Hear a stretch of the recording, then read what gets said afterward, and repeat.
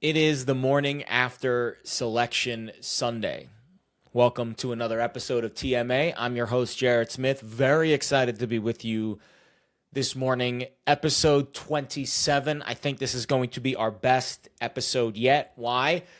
Well, there's a lot going on in the sports world. Obviously, March Madness is going to take center stage. We have the NFL on today's show, and I will close with some sports betting chatter about something that I saw last week, an interview that really bothered me, and I'm going to share you my thoughts on that. But the reason I think this is going to be our best show, so this is a very interesting week in sports. This is the week, really the 1 week of the year, and I know college basketball has been kind of front and center for the last few weeks now since the Super Bowl, but the casuals are all coming out. I liken it to New Year's Eve. My mom, love you, Mom, always said she hated going out on New Year's Eve because it was amateur hours when all the amateurs came out and partied, right? None of the people who came out and partied during the regular, all the other 364 days of the year, they were coming out on New Year's Eve and they wanted to party hard. That is what this week is in the world of sports. It is the only real week of the year where the entire country, the entire sports psyche is fixated on college basketball. Obviously, you get 4 days of the tournament: Thursday, Friday, Saturday, Sunday.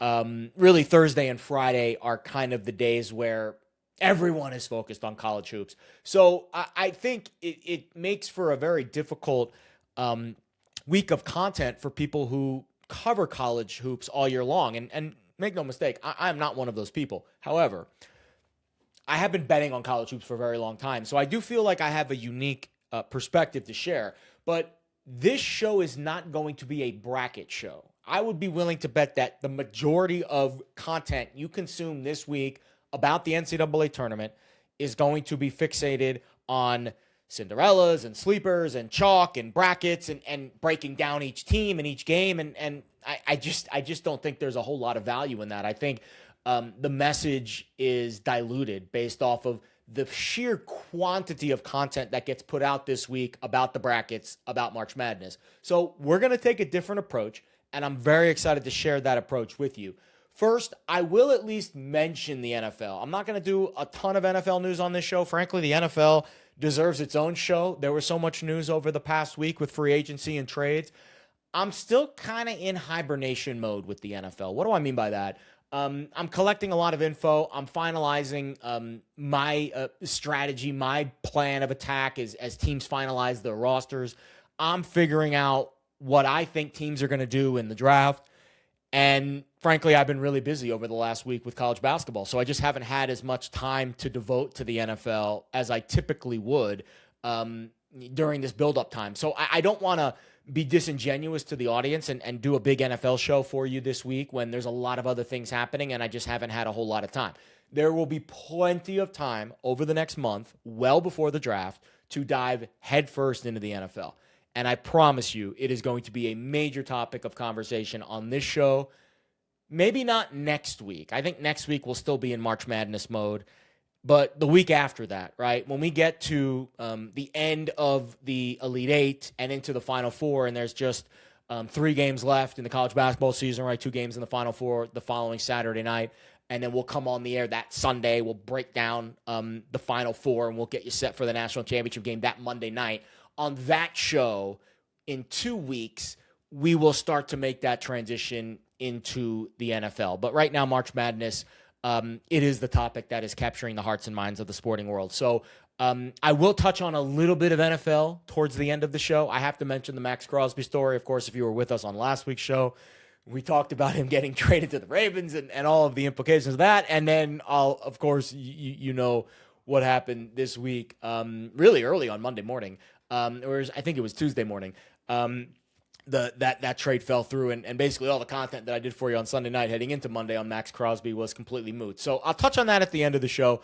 But let's start with March Madness. Let's start with the bracket reveal. And I tweeted this out on Sunday during the selection show. There are very few things in sports that still bring me joy. And I know that sounds really sad because I grew up a diehard sports fan. So my sports fandoms really started in baseball and football. Those were the two sports that my dad played growing up, that he played with me. And those are the two sports that I was indoctrinated to first. I was a Yankees fan since birth. My dad grew up a Giants fan. My mom's side of the family was Jets fans. So I was kind of being pulled in both directions on the football side growing up, but I played football growing up. I played quarterback basically since I could hold a football. And then I was big into baseball. Like my dad, my whole family's Yankees fans. So those are the two sports when I was really, really young that still hold a strong place in my heart. But college basketball came a little bit later. So my indoctrination into college basketball came in middle school. And my older cousin, who I don't have any brothers. I have a younger sister, so I don't have any brothers. I have two older cousins on my mom's side of the family that my mom, it was my mom's grandfather, or excuse me, it was my grandfather's brother's sons, right? So my mom's side of the family, my older cousins were kind of my big bros growing up. One of them went to Syracuse, and he was about 10 years older than me. Actually, he's about 15 years older than me. And so he was already through college and in his adulthood when I was kind of in my, formative years. He raised me as a Syracuse fan because, again, my dad wasn't really into college basketball or really basketball at all. So I got all my basketball love from that part of the family. So when I was growing up, right, and, I was born in 1986. So, I was, when I first started really watching sports when I was in the 90s. And this is when Syracuse was pretty good in the 90s, right? 1996, they had a fantastic team. They were undefeated for a very long period of time. It was like the Eton Thomas team. And then, of course, in 2003, Carmelo Anthony, they won the national championship. I was 17 years old. I was a sophomore in high school then. That's where my love for college basketball really started. And I remember calling in sick, air quotes, during the first 2 days of the NCAA tournament because I just was so obsessed with college basketball and Syracuse, especially at the time. And I recall watching the selection show, right? The Sunday night selection show. And it just brought me so much joy because I was a nerd. I was always a nerd. I still am. And watching them fill out the bracket and, place the teams in each region, and then you get the bracket, you print it out. I remember printing out brackets at home and filling out 1 million of them, by hand. And the selection show really was a core memory for me growing up. So it is one of the last few things in sports that really bring me joy and really bring me back to my childhood, watching the selection show. When you work in this career, when you work in sports as a career, it really does suck the joy out of a lot of things. For example, I was a Yankees fan growing up, and I remember when I moved back to New York in my late 20s and started covering New York sports for a job. It was like a dream come true. Like, I bounced around a bunch of small markets covering college sports, minor leagues. I was in Michigan for a while. I finally made it back to New York, basically right when I turned 30 years old. Right in my 28, 29 years old, I moved back to New York, and I got my first job covering New York sports right at the time I was 30 years old. I remember the first time stepping onto the field at Yankee Stadium to cover opening day. It was like a kid on Christmas. However, Yankee Stadium is not a cathedral anymore. It's like a sterile, corporate shill of its former self, the new Yankee Stadium. So I remember covering the Yankees for the first time, and the way that they, allow the media onto the field is they stanchion off certain parts of it so the media can only go on to certain parts of the field. And I remember I had like my foot over the line, like barely over the line where the stanchion was. I had a security guard come up to me and almost kick me out of the stadium. And it was kind of like I finally, don't meet your heroes. And it really started to suck the joy. I started to see how the sausage was made in sports. Really started to suck the joy out of the Yankees. Because I was kind of I don't want to say mistreated, but it was just, I wasn't treated very nicely. I wasn't a big wig reporter. I was working for a small local station, local cable news, and they basically treated me like I was a piece of meat. Those experiences covering New York sports all of a sudden started to suck the childhood joy that I would get from watching those games as a kid. The only thing that really still brings me joy in this world in terms of sports fandoms is Penn State football and the selection show, March Madness, the bracket. So I really took a second today, and I know it's hard. We're working, we're tweeting stuff out, we're creating content, I'm writing scripts for the show. I took a second today to appreciate the selection show and the bracket reveal. And I encourage everyone, because everyone who's listening to this show, everyone who is a sports fan that is in their adult years, right? They grew up loving sports. But we lose that childhood joy over the years. So I would encourage all of you, if there are things in the sports world that still bring you joy, take a second, appreciate it. Don't take it for granted. We're all going to die at some point. This is, a reality that we live in that's full of anger and negativity and just miserable human beings saying terrible things to people all the time, especially on social media. Take a second and enjoy the little things in sports that still bring you joy. And that was where I was today during the bracket reveal. So, all right, well, let's, there's my story. It is a podcast, right? But let's get into Selection Sunday snubs. I don't really think there were any. I honestly think the committee got it right. There wasn't a whole lot of controversy. Like, I know most of the experts, I saw Joe Lenardi got like every prediction right on his bracket, and he basically got the seedings right too. There really wasn't a whole lot of discourse about who should be in and who shouldn't be in. I know people on social media hated the take last week about Miami of Ohio, and how I said that even if they lost their first MAC tournament game, they deserve a spot in the NCAA tournament because the undefeated regular season, like, it's just tough to set a precedent of going undefeated in the regular season, regardless of who you play, and not to get into a field of 68 in the NCAA tournament. And I'm glad the committee agreed with that stance. Obviously, they are not a highly power-rated team. They are a big underdog in the play-in game against SMU. I believe the latest line I saw was 7.5. They will have to play their way into the round of 64. I think that's a fair compromise, even though, again, they went undefeated in the regular season. Their strength of schedule was so poor that I didn't think they deserved a spot in the actual field. I felt like they had to earn and sing for their supper in order to get into the round of 64, and they will do so against SMU in what will basically be a home game for them. Again, they're Miami of Ohio, in the state of Ohio, playing a team from Texas in Dayton. And I think that game is the final game of the play-in round on Wednesday night. And I thought that was the correct move, putting them in the play-in game. And we'll see. We'll see if their undefeated record is worth anything as they get a chance to face an SMU team, a pretty good SMU team, frankly. Boopy Miller and that squad's been pretty solid this year. So we'll see how they fare in that game. Again, I'm not going to go through all the teams and the regions and the brackets and this and that. It's just it's not something that I feel is worth spending a lot of time on. I think there's going to be plenty of other college basketball experts who have been covering this sport year-round that have significantly more context on these teams than me. I have been watching nonstop college basketball now for basically the last month. So it's not like I've been sitting on my ass doing nothing. I feel like I have a pretty good grasp of the good teams and, some of the mid-majors based off of the conference tournaments and the end of their regular season. But I am not going to be disingenuous on this show and act like I'm this big college basketball expert. I'm not. There are a lot of other people out there. I would recommend people like Jim Root and Greg Peterson and some of those people who work in the space that do a great job covering the sport year-round. And those are people that have much better context on the actual teams. I will submit a bracket. Actually, Fox Sports Radio, every year we do a bracket challenge against the listeners. I will submit one bracket into that contest. I will submit one bracket. I'll likely post it on social media on Thursday morning, the Sheet of Integrity. I'm not a multiple brackets guy. I think it's kind of foolish. The bracket's hard enough as it is. It's not really worth my time to spend hours and hours and hours trying to figure out which upset's going to happen and this and that. Again, not something we're going to do on this show today. What we will do on this show today, we will talk about high level some of the good teams and why it has been a historically good year for the great teams.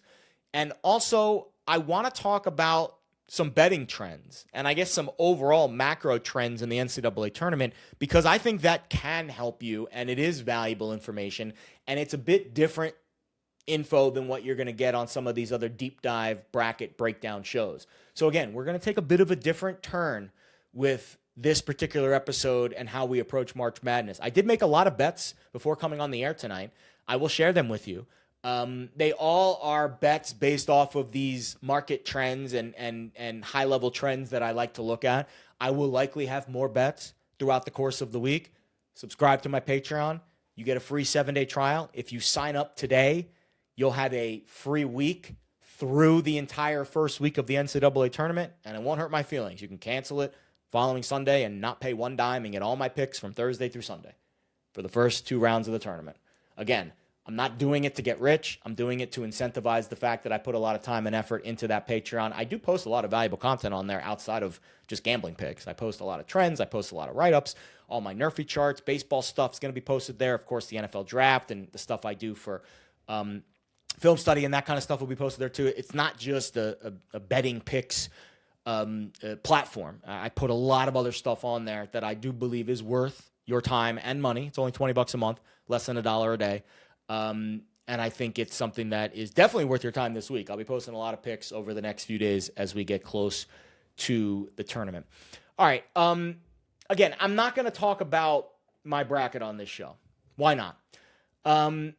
I'm not going to stand on the soapbox and act like I'm this big college basketball expert. I told you that.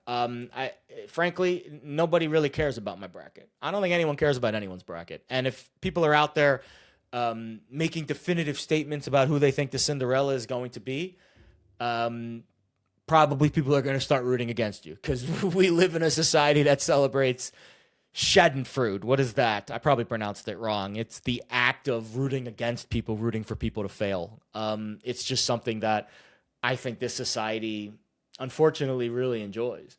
I've been getting a lot of it on social media lately, man. I am trying to ignore the haters, but it has been tough. The last few weeks, it has been relentless with people sliding into my mentions and basically calling me a fraud, calling me an asshole, calling me an idiot, whatever dirty names you have for me. So I'm not going to perpetuate that here by acting like I'm this big college basketball expert. So again, not going to share you my Final Four. I'm not going to share my bracket. I'm not going to share my Cinderellas. The one thing that I will share with you about bracket busters, and this is, again, as we get into the macro trends, macro discussion about college basketball. For 13 straight years, an upset has occurred in the first 8 games of the tournament, right? Early on Thursday. An 11 seed or higher, so 11, 12, 13, 14, 15, God forbid 16 seed, has won a game early on Thursday for 13 consecutive tournaments. It's pretty nice streak. What teams would that be this year? Well, you've got Troy playing Nebraska. You've got Siena playing Duke. That would be wild. McNeese and Vandy, 12-5. That's a very popular one. USF over Louisville, 11-6. That one catches my eye. North Dakota State, Michigan State, a 14 against a 3. High Point over Wisconsin, another 12-5. So you got 2 12 seeds in that early window on Thursday. And then you've got 13-seeded Hawaii and 4th-seeded Arkansas. So if that trend continues, right, 13 consecutive years, an upset 11-6 or greater has happened in the first 8 games of the tournament early on Thursday. Troy, Siena, McNeese, USF, North Dakota State, High Point, Hawaii. Bookmark this. If that trend continues, one of those teams is going to win outright. They're all underdogs. But again, nobody cares about your bracket. Nobody cares about my bracket. Sorry, not sorry. Instead, let's get into some things that I think you should care about and you should be paying attention to, as I believe I have some trends. I have some macro data that is worth the price of admission. All right, so the one thing I noticed this year when I was doing some analysis tonight and throughout the course of the week, the elite teams are more elite than ever before. What do I mean by that? So I went back and I analyzed the pre-tourney KenPom data. Again, the post-tournament KenPom data is not very important because those teams have played the tournament game, so a national champion will increase their rating, obviously, throughout the course of the 6 games that they play. So you have to analyze the pre-tourney KenPom data. From the last 24 years dating back to 2001, what I found this year, historically good season for the great teams. What do I mean by that? If you analyze net rating, which is the adjusted efficiency margin, essentially the overall ranking of the teams per KenPom, the more positive the number, the better the team. This is how the sausage is made. It takes the offensive efficiency, it subtracts the defensive efficiency. The resulting difference is the number of points a team would outscore an average team by. So over the last 24 tourneys, the max net rating, the highest net rating before the tournament started of any national champion has been 37.56, essentially 37.5 points. This year entering the tourney, we have 3 teams with a higher net rating than that. Duke, Michigan, and Arizona. If one of those 3 teams wins the national championship, it would raise the bar for the greatest team in the last 25 years per KenPom. I know this sounds crazy because there have been some really great teams in that stretch. The highest net rating in that span was the 2001 Duke team. Shane Battier, Carlos Boozer, Mike Dunleavy, Chris Duhon, Jay Williams. Great team. Last year's Florida team was a 36.5, a plus 36.5 net rating. This year's Duke team is over 2 points better than last year's Florida team, 38.9. Michigan and Arizona, 37.6. So they're just above the high of what the highest rated team in the KenPom era pre-tournament since 2001. Pretty impressive stuff. Again, this has been a historically good year for the great teams. Personally, I think one of those 3 teams is going to win the national championship. Duke, Arizona, or Michigan. I feel pretty comfortable with that. We'll see how it plays out. All right, now let's get into some trends because you're going to hear a lot about trends this week. You're going to hear a lot about, does this matter? Does that matter? A lot of trends are not worth the price of admission. They're frankly not worth anything at all. Why? The market's already baked it in. However, there are some trends that are market-driven trends that I typically like to look at. And there's also some trends that are fun, that are, things that people like to bet on because at some point gambling is entertainment and these games are truly madness. And I don't want to say they have value in the betting market, but there's something that I would consider betting just because they're fun. Let's start with something that I actually have placed some wagers on already. And it's a free throws trend. What do I mean by that? So free throws matter, people. Teams that make at least 78% of their free throws that are favored in the round of 64. Remember, I like market-driven trends. I like trends that have to do with you're favored, you're not favored, and things that adjust for the spread. 15-4-1 ATS with 11 straight covers. Really impressive. Last year, if you were a team that was favored in the round of 64 and you made 78% or more of your free throws during the regular season, you went 5-0 against the spread. Duke, Arizona, UConn, Wisconsin, Gonzaga. All 5 of those teams won and covered in the round of 64. They were favored, and they made 78% or more of their free throws. I count 4 teams that currently match this trend this year, and 3 others that are just on the cusp, about 77+%, which again, some people will say 77% is the dividing line. The ROI was a little bit lower, so I went 78%. But the 77% teams I would also consider, and in fact, I bet all the 77% teams as well. I'll give you all those wagers right now. St. Mary's actually is the best free throw shooting team in the country. 81%. They're a 2.5-point favorite against Texas A&M. I didn't bet this one. Why? It contradicts with another trend that I like that I'll reveal later. So as much as St. Mary's matches this trend, I stayed away from this one. And again, I'll tell you why coming up in a little bit. Vandy, 79%. They're an 11-point favorite against McNeese. Love Vandy. Coming off the loss against Arkansas in the SEC tournament, we're betting Vandy against McNeese State, laying 11 points. Illinois, a massive favorite against Penn. 23-point favorite, one of the biggest favorites in the round of 64.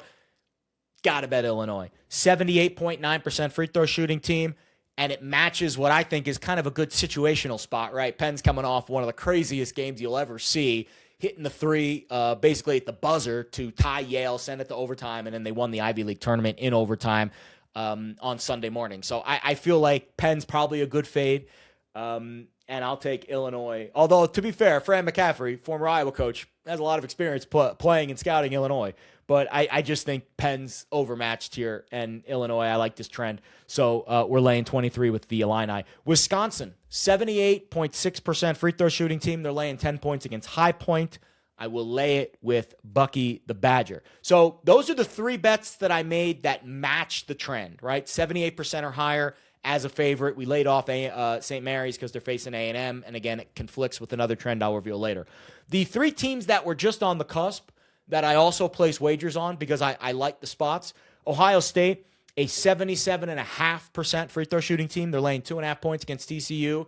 Don't lay 3. I actually think we saw some action come in on TCU and got it down to 2, or at least it's fluctuating. So I think you'll be fine beneath the key. But don't lay 3, right? Find a 2.5. Houston, big favorite. They're a 77 point, I think, 2% free throw shooting team. They're a big favorite against Idaho. I think I got 23.5 for Houston against Idaho out of the Big Sky. So we're laying it there. And Iowa is a 77% free throw shooting team. They are a slight favorite, a 2-point favorite against Clemson. I am laying it with Iowa in that spot. So the free throw trend is something I love. And why does this trend make sense? Well, late in the game, if you're favored, you want to make your free throws, right? You're going to get fouled. Those free throws go in, odds are you're going to cover. If they don't go in, probably not going to cover. And I'll tell you what, I can count a lot of instances where I am sitting watching these games, screaming at the TV for an 18-year-old to make his free throws at the end of a game. So you want to be a good free throw shooting team, and the trend says 15-4-1 ATS, 11 straight covers. Teams that make 78% of their free throws that are favored in the round of 64. All right, the lower seeded team favored trend. This is a popular, I'm using air quotes here, sharp trend. However, I believe this is something that has been overbaked. So it reminds me of the unranked home favorites trend, something that has been pummeled to death by the content providers and the college basketball experts over the last few years. And the market has really sniffed this one out. It is becoming increasingly more difficult to find value on these types of trends because everyone's talking about them. And frankly, when you look at the numbers, it's not really profitable. 34-34-1 ATS.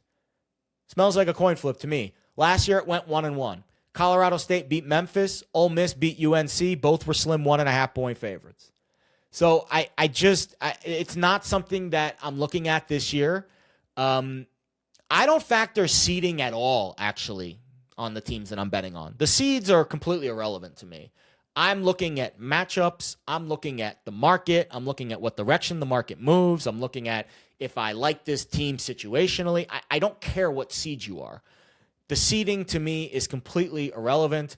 I do not care if the lower seeded team is favored. Not something I'm looking at. Not a trend that I think has any value in the betting market, period. That brings us to the 12 over 5 upsets, right? We talk about the 12 over 5 all the time. It has been the most popular upset, the trendy upset pick over the years. It's not as trendy anymore. However, if the 12 seed is favored, you're 3-0 ATS over the last 20 years. So, by the way, I didn't mention this off the top. All of these trends are from Bet Labs, and Bet Labs' database goes back to 2005. So it's about a 20-year sample. If the 12 seed is favored, none of them are favored this year. They're all big underdogs. 3-0 ATS. Overall, it is a slightly winning wager just to blindly bet the 12 seeds ATS every year, 42, 36, and 2, about 4.5% ROI. But I don't like using seeds as a determining factor on what I'm betting on. I want to look at the matchups. I want some other context as to why I am betting on a team. This year, the 12 seeds, McNeese, Akron, High Point, Northern Iowa. If I had to pick one of those 12 seeds to bet on, I think Akron would be my pick. Texas Tech, of course, without their best player. And we like Vandy. We bet Vandy on the free throw trend. We bet Wisconsin on the free throw trend. And I think St. John's is tough cookies, man. So I think of those 12 seeds, I think the one pick that I might be interested in is Akron, but I'm not going to be betting it just because they're a 12 seed. I need some other context. like JT Toppin being hurt for Texas Tech and he's their best player, and maybe they're just not as strong of a team as maybe some of their power ratings and their numbers are indicating, and the market's not correcting enough for Toppin being out. Like that would be a good reason to fade Texas Tech. Not they're a 5 seed, 12 seeds got to win. Terrible reason to bet on a team. Wouldn't even be shocked if all 4, 5 seeds won and advanced to the next round and they all covered. The conference trends. So the Mountain West has been the one that's been talked about a lot over the years. Fade the Mountain West. That's been the MO. It's been very profitable over the long haul. So the Mountain West is 29-56-2 ATS since 2005. If you simply bet $100 against or on every Mountain West team, you'd be down almost $3,000 in that stretch. However, last year they went 3-3. And 3-2 if you take away the first 4. So if you just go round of 64 on, they went 3-2 against the spread. New Mexico had that outright upset over Marquette. I think that silenced a lot of Mountain West doubters. Personally, this is similar to the seedings. I'm not going to bet on or against a team just based on the conference they play in. I think there's so much player movement and NIL these days that the conferences are so staggered and they're so spread out that there's really no set trend for, this conference is going to struggle, this conference is going to do well. I think it has a lot more to do with matchups, coaching, how good of a free throw shooting team you are, how good of a turnover team you are, 3-point. Like that is significantly more valuable information to me than just what conference you're in. So if you are betting on or against teams just based off of conference affiliation, I think you're doing it wrong. Even though the Mountain West has been horrible against the spread over the last 20 years, who knows? Maybe this year they figure out a way. I think it's just Utah State. Maybe this year they figure out a way to make some noise and we get a Mountain West team or another. There's a very strong possibility that one conference struggles and one conference does really well. But good luck figuring out which conference that's going to be. The other trend that has been really fun over the years that I think I'm going to be betting on, but not for value reasons, just for fun reasons, is the first half unders. And I give full credit to the SGP boys, the Sports Gambling Podcast, gentlemen. I love these guys, Sean Green and Ryan Kramer. If you don't follow them, if you don't listen to them on not only on all their shows, on VSiN and all the stuff that they do, the content that they do, their podcast to me is everything that's right and wholesome about sports betting. I've actually been listening to it since before I even started working in this space. I remember I sent it to them when I started working together with them, but I think it was 2018, I was flying out to Vegas for a personal trip, and I remember it was week 1 of the NFL season. I was listening to their podcast, flying out to Vegas from New York City, getting ready to bet the games. I mean, these guys are the OGs, really, in the space. So they have championed this trend over the years, the first half unders. The numbers that they have might be slightly different than the numbers from Bet Labs. Again, I'm getting this from a database that tracks the closing totals. They might be getting them early. They might be shopping around for the best number. So don't quote my record as gospel. They're the ones that are the grandfathers, the godfathers of this trend. But I still have this as a profitable trend over the last 20 years. 137, 111, and 3, 55% ROI, or excuse me, 55% win rate, about 4.5% ROI. If you just blindly bet $100 on every first half under at the closing number over the last 20 years, you'd be up $1,100 without doing any research, just betting every closing number first half under. This one feels self-explanatory in terms of why it is a profitable trend. The best way I can describe it is tight sphincter syndrome, right? Bright lights, tournament games, teams clam up a little bit early. You might get a few extra bricks, and then by the time you get to the point in the game where things start heating up, first half ends, and you stay under the total. So it's not something I'm going to be wagering a lot of money on, but I will likely be putting a fraction of a unit on every first half under in the round of 64, because to me, it's a fun trend, and gambling should at least have some form of entertainment value in it, especially during March Madness when these games literally are madness. So credit the SGP boys, Ryan Kramer and Sean Green. Love them. Shout out. And first half under definitely should be something that you consider as we get into the round of 64 and March Madness. All right, last but not least, this trend is my favorite. This is the trend that I hold the most value in as we get to the round of 64. And it is betting on teams coming off a 20 or more point loss against the spread in their last game. This trend is 31, 14, and 2 since 2005. A 32.5% ROI. It is 9-2 over the last 3 tourneys. Last year, it went 3-0. Illinois, Kentucky, Purdue, all won against the spread after getting blown out in their conference tournament game. Why do I like this trend so much? Well, it's typically a high major team that gets blown out in a conference tournament game. And it is a market-driven trend. When you get blown out, your number will decrease. But again, it's typically one of these conference tournament games where the teams might be completely checked out getting ready for the NCAA tournament. So it's not something that, in my opinion, should drastically decrease their number like a 25, 30-point blowout would during the regular season. So to me, this tends to be a buy low opportunity.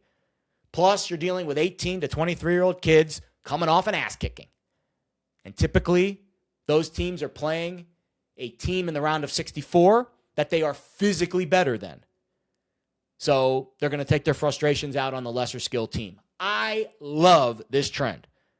Love, love, love. It is my favorite trend in the round of 64, and I bet it almost blindly every tournament. Unfortunately, one of the teams conflicts with our free throw trend, right? Texas A&M was a 1.5-point favorite in the SEC tournament against Oklahoma. They lost by 20, which resulted in a 21.5-point loss against the spread. Unfortunately, they're playing St. Mary's, who is favored and shoots free throws at the highest rate in the country. So we're not going to bet either of those. Unfortunately, the A&M St. Mary's trends conflict, and we're just going to wash our hands with it and leave it be. However, there are still plenty of other teams that not only meet this trend, but come close to the cutoff line that I also wagered on.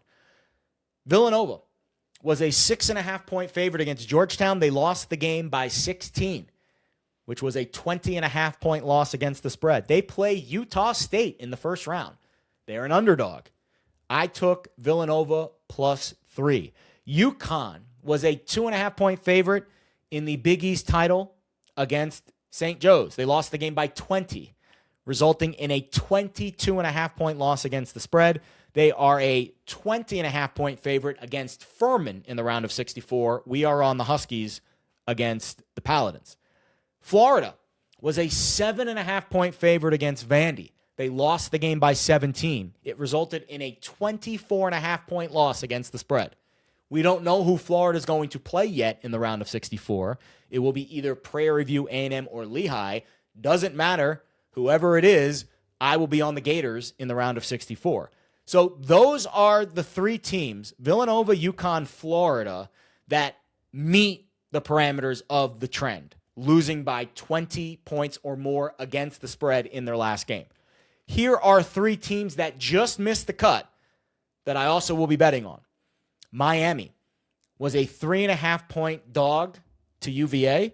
They lost the game by 22. It resulted in a 19.5-point loss against the spread. Again, off by the hook.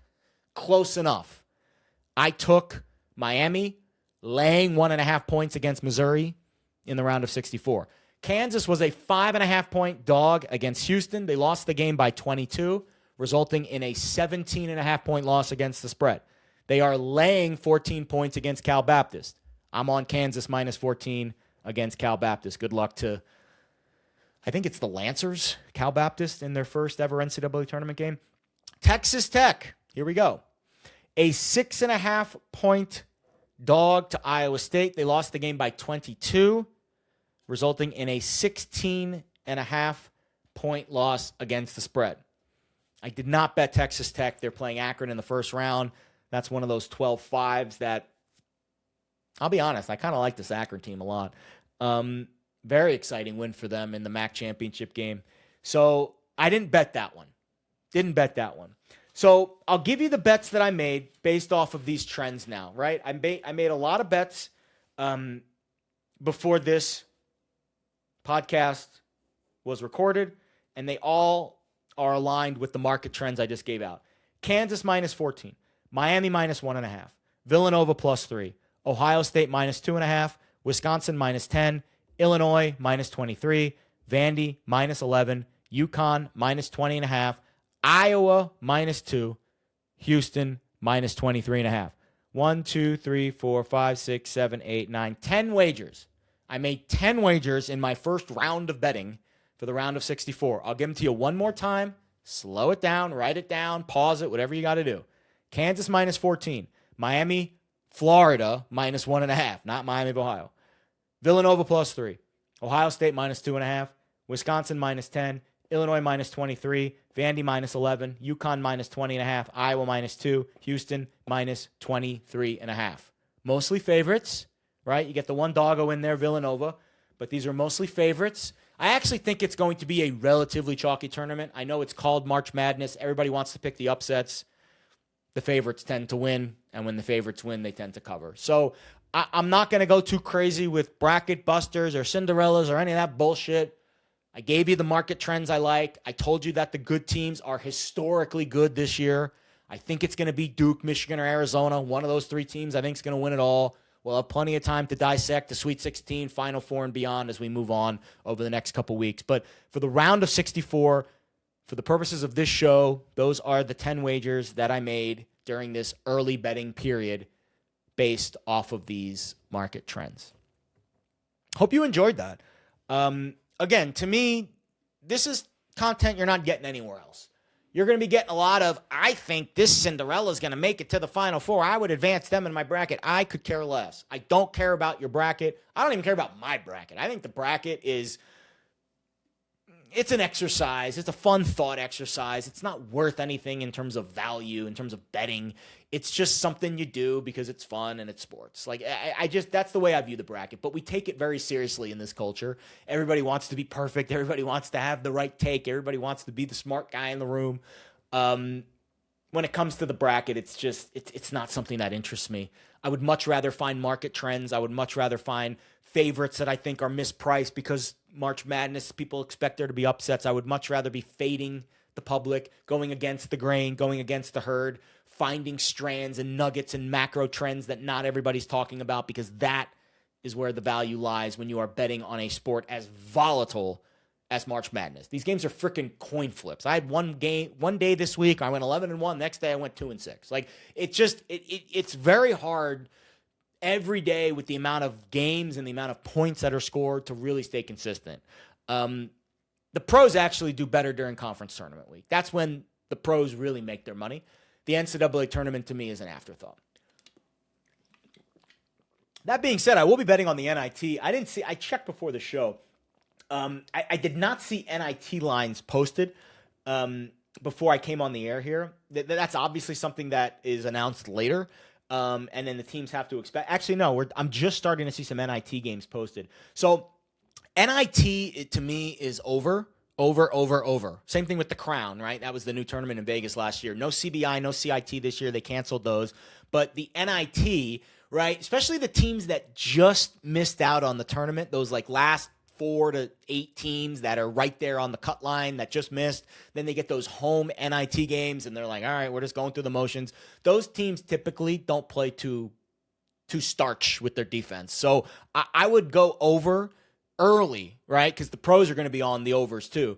When those NIT totals drop, I actually just saw UNC Wilmington, Yale, Wyoming, Wichita State. These are games that are going to be played on Tuesday. I don't see numbers available yet, but I see the games posted on my odd screen here. Liberty, George Mason, UNC Wilmington, Yale, Wyoming, Wichita State, Davidson, Oklahoma State, Stephen F. Austin, Tulsa, South Alabama, Auburn. I'd definitely bet the over in that Auburn game. St. Thomas, Seattle, UNLV, UC Irvine, like Kent State, Illinois State, GW, Utah Valley, Dayton, Bradley, Sam Houston State, New Mexico, Navy, Wake Forest, Murray State, Nevada. These are all the games. St. Joe's, Colorado State, UIC, Cal. I like the over in that game. These are all Tuesday, Wednesday, NIT first round games. I would be looking, once those totals drop, go over quick. The pros will likely be betting over on a lot of those totals, so you'll get some good CLV. You can either come back on the under later, or you can just, hope you're on the right side. But that's another angle for you that is, again, off the beaten path. Not a lot of people are going to be talking about this week. They're going to be very focused on March Madness and the round of 64 and Miami of Ohio on Wednesday night and all this other crap. Focus on the things that not everyone else is focused on. That is where the betting value lies. NIT overs. The numbers will increase throughout the course of the next couple days. All right. I promised you some NFL news. I wanted to touch on the Max Crosby stuff. So this was a wild story this week. So the Ravens backed out of the Max Crosby trade. They signed Trey Hendrickson the next day. And obviously you've heard a lot of takes, I'm sure, on this by now. Obviously, Trey Hendrickson is a good player. I mean, if he's healthy, he's going to have similar production to Max Crosby. I don't think the Ravens decrease their chances of winning next year just based off this trade. The big, savior for them was keeping the first-round picks. Not only this year, but next year. And now they get to keep their I think it's the 14th overall pick this year, and they'll keep their 2027 first-round pick as well. The big culprit here is the legal tampering period. The legal tampering period has to go. This is a major issue. Why are we announcing trades and signings several days before they can become official? It makes absolutely no sense to me. I believe it exists because of greed and the NFL wanting to milk every ounce of attention they can from the offseason calendar. Way too many carts are being put before horses. So let's go through the timeline of the Max Crosby saga.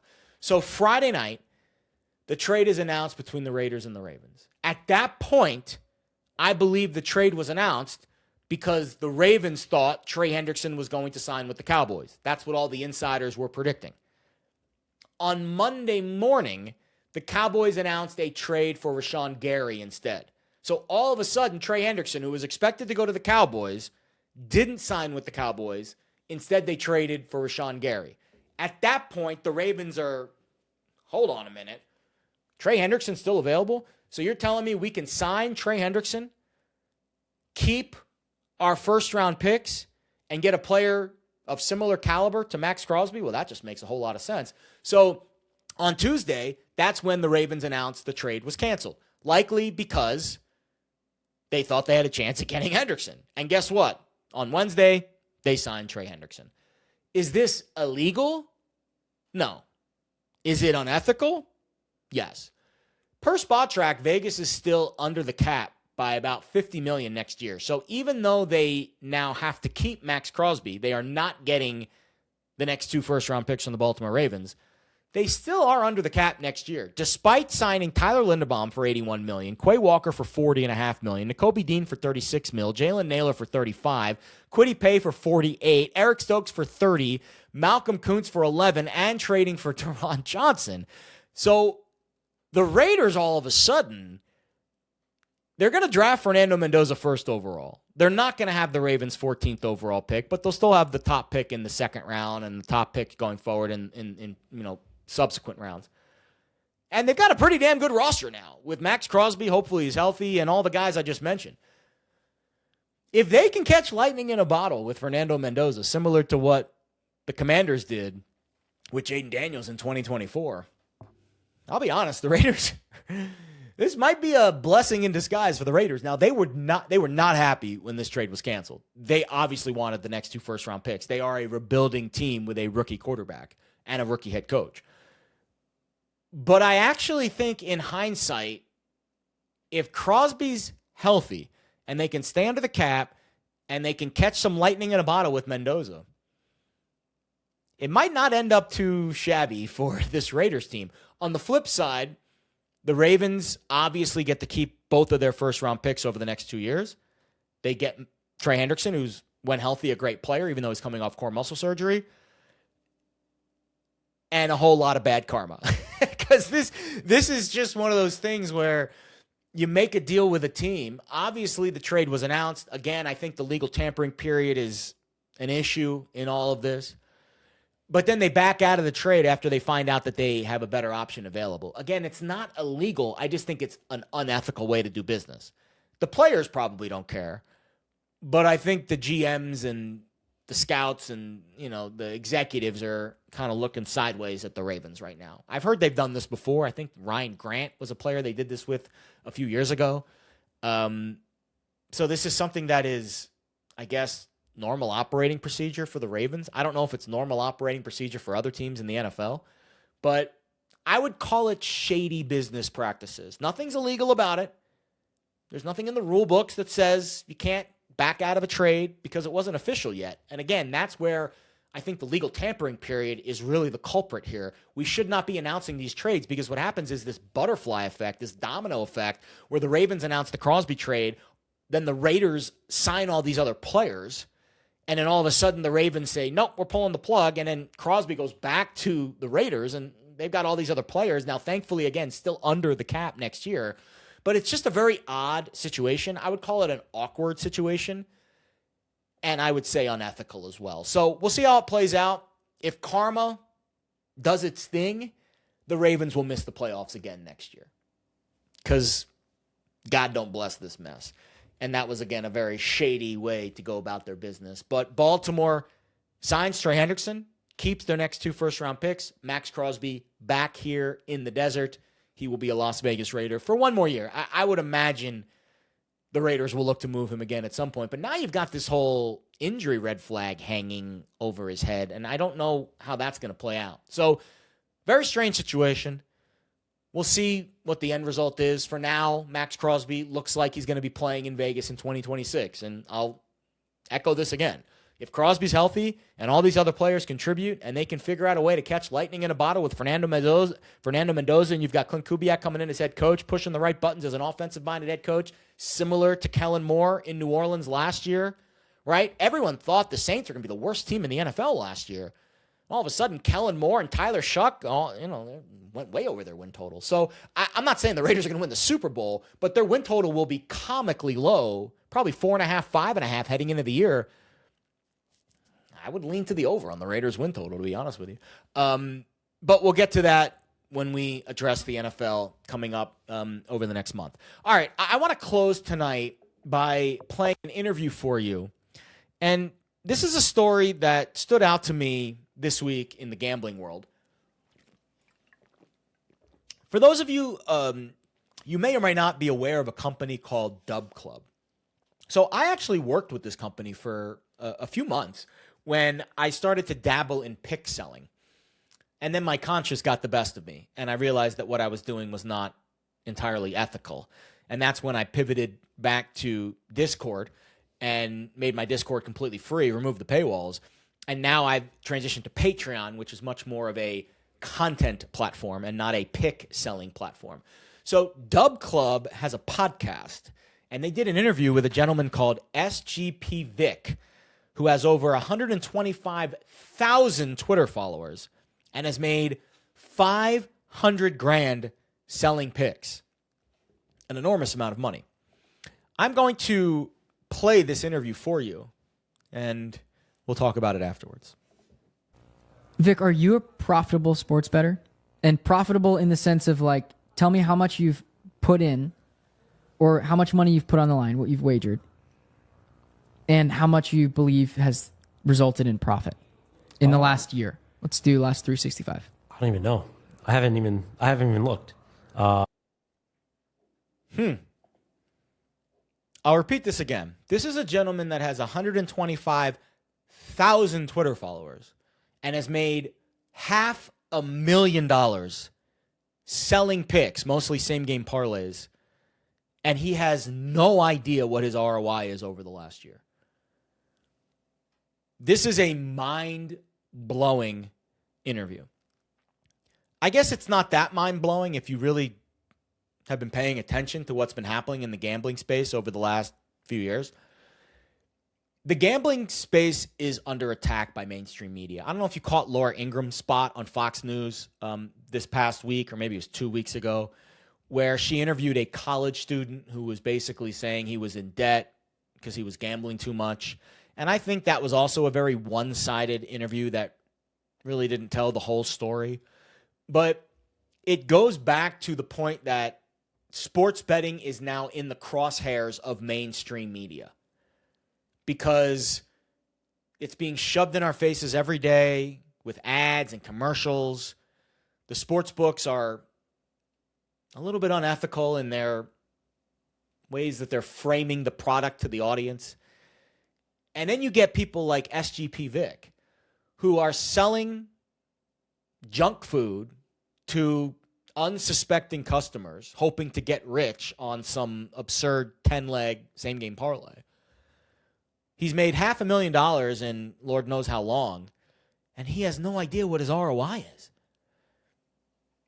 It's really sad. It reminds me of politics, where the people who have the personality traits best suited to run for office are the ones that have no ambition or desire to run for office. And the people who crave the power, who crave the influence, those are the last ones who should have it. But those are the only people that are running. Unfortunately, you get a lot of people out there who are seeing an opportunity to take advantage on an addiction. Gambling is an addiction. It is a drug. That is why I believe my job is so important. I partake in this addiction daily. It's a part of my lifestyle. I love it. However, I'm very disciplined. I lead a disciplined lifestyle. I bet within my means. I communicate that to my audience. And I also know what my ROI is over the last month, year, sport by sport. I have spreadsheets. I post those sheets and my records when I post my picks.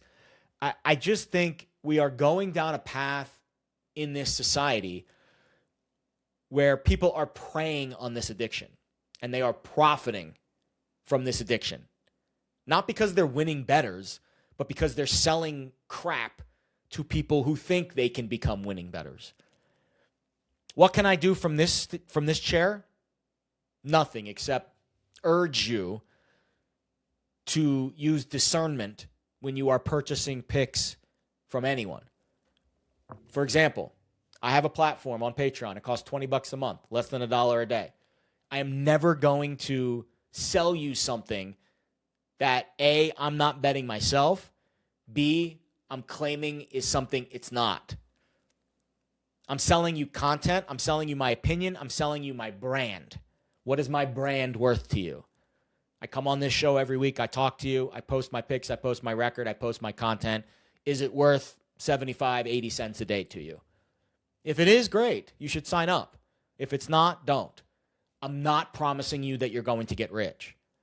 That's the part of SGP Vic and the people like him that I have an issue with. And frankly, DubClub, who platforms him, is really the people that I have an issue with. They are selling false hope. They are selling the idea that you can get rich because one time he hit a parlay. But then he does an interview and he says he has no idea what his ROI is. Shame on him.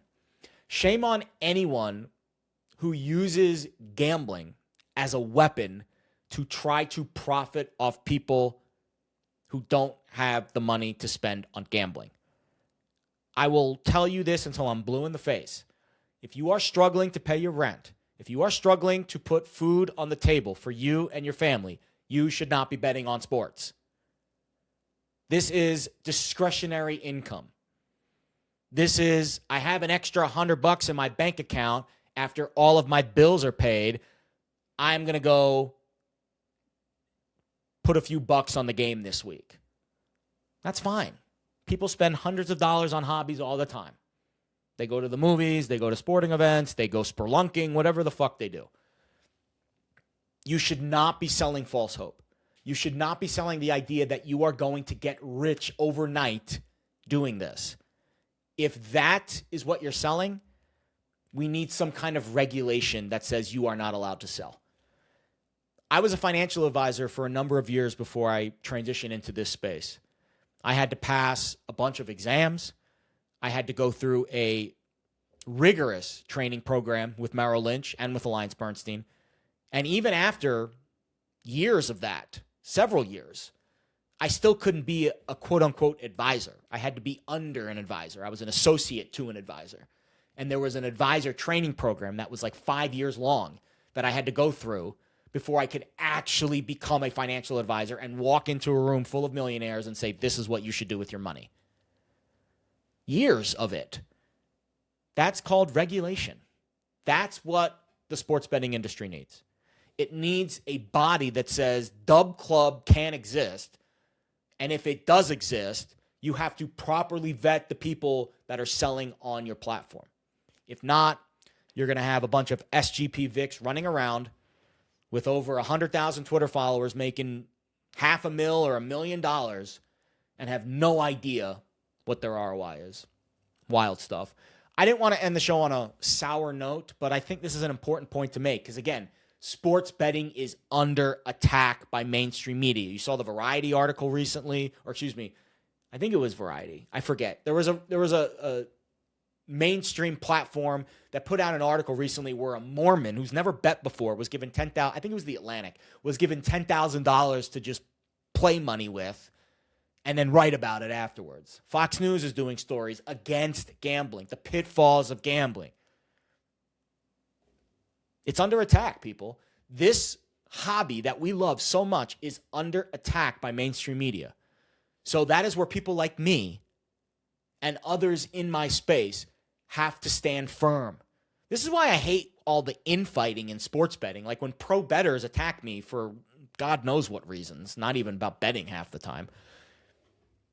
Those people are the people that should be on my team because we need to fight back against this. Because if not, sports betting is going to go back to the black market offshore, and we're going to have to go back to doing all kinds of stupid shit or prediction markets, whatever. But if we want to actually continue this hobby in the light, in a positive way, we need to come together and push back against the DubClubs and the SGP Vics of the world. So I hope that message landed for you. Again, you can always reach out to me if you have questions about this kind of stuff. I love communicating with my audience in a constructive way, not in a negative way. I get a lot of trolls that try to fuck with me, play gotcha with me.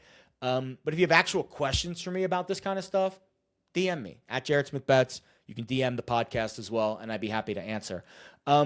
Continue to support the platforms, guys. I love doing this show. We're making a lot of progress. The YouTube page is growing. The Twitter account is growing. The Patreon is growing. I'm going to continue to pour my heart and soul into this. I love doing this. I love talking, obviously. I love interacting and engaging with the audience. And I think this is a really positive show. I think you can learn from this. I think there's things that I need to improve on, as we always do. I'll polish the edges as we move forward. But there's a lot of fun things brewing. And I'm excited for the future of this show as we push forward into the spring and then back into the summer and do it all again for the 2026 football season. But that is all for this episode of The Morning After, episode 27, Selection Sunday, the morning after Selection Sunday. I appreciate you tuning in. Good luck with your bets for the first round of the NCAA tournament, and we'll catch you later this week.